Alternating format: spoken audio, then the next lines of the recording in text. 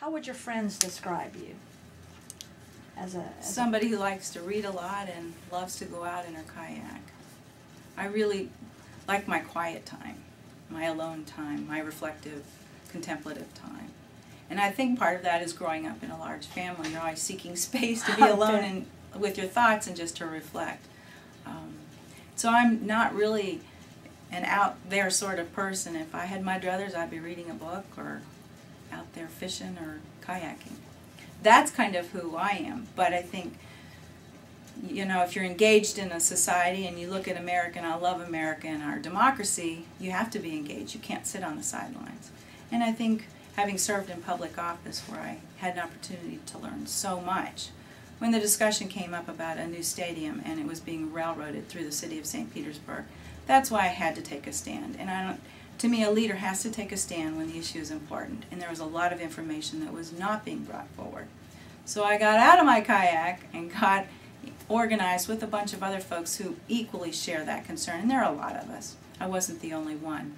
But I could help because I did have that actual experience. I'd read the documents. I knew that we were not getting all the pertinent facts out there so that there could be a true public discussion about what was really in the best interests of the citizens of St. Petersburg, not just a Major League Baseball team owner.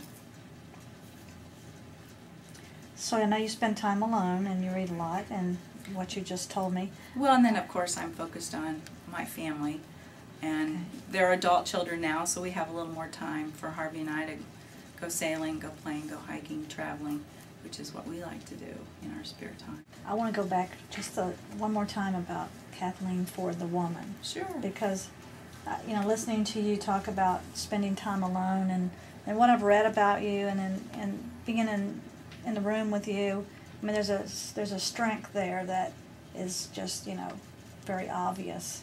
And I want to know, where does that come from? I mean, where do you have the? I guess my question is, when you're able to stand out there by yourself against something, and maybe you're the only one. I mean, I've read a little bit about that. You don't have a problem standing alone on an issue if you feel strongly about it. Mm-hmm. You know, I was imagining you spending that time alone, maybe thinking about things, you know, that are important like that. And well, if it's right, it's right. If it's wrong, it's wrong. If I don't know, I don't know. But, you know, a lot of women have, you know, it's easy to go along with the crowd, and it's easy to feel like everyone likes you and you're pleasing everyone. And politicians sometimes want to please everybody, but you don't seem like you have to do that, and I admire that about you. And it doesn't make me the best politician, but I think people are demanding, or there's a thirst for somebody who's going to tell it like it is. We're tired of the politicians, and I was never a politician. I said I was an elected official.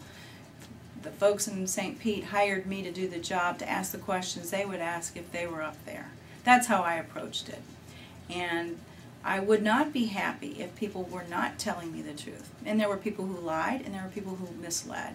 And if I'm trying to make the very best decision, I need good information. And if city officials are lying to me or not giving me all the information and intentionally misleading me, I'm not going to be happy about that. And I'm not bashful about saying that. And that can turn some people off, but I don't think that's fair. And I think once people understood that, they said, well, yeah, I'd feel the same way too. I don't want anybody lying to me. Maybe that's just the way I was raised. You know, you can lock out a thief, but you can't lock out a liar. And that's a huge issue when you've got to make a decision that impacts so many people.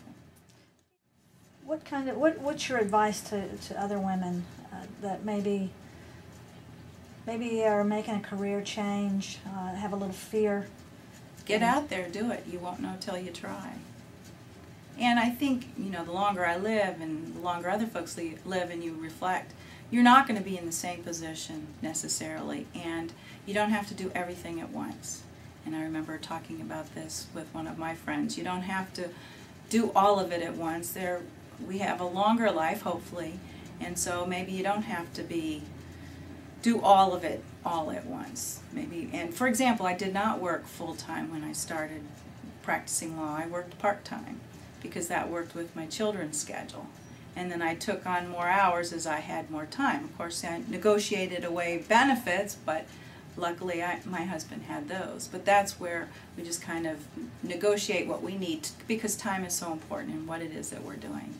And so I didn't do it all. I wasn't, top CEO of some company, but we chose, because it was a family decision, what would work for us.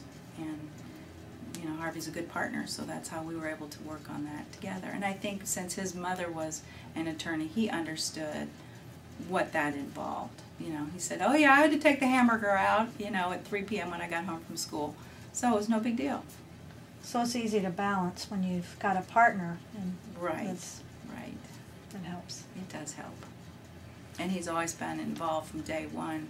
Cord care on those babies, Harvey was right on in there. So he would pick them up if somebody needed something just as quickly as I would. And so there's just a wonderful relationship that our kids have with both of us. In fact, I think sometimes they like him better. He's a great dad. I know you're in practice together. What's it like working together? Well, I think it's fine because we both had our own identities. We had our own expertise.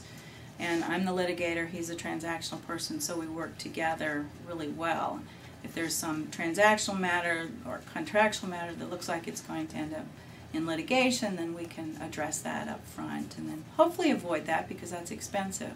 But that's where we can, bounce ideas off of each other.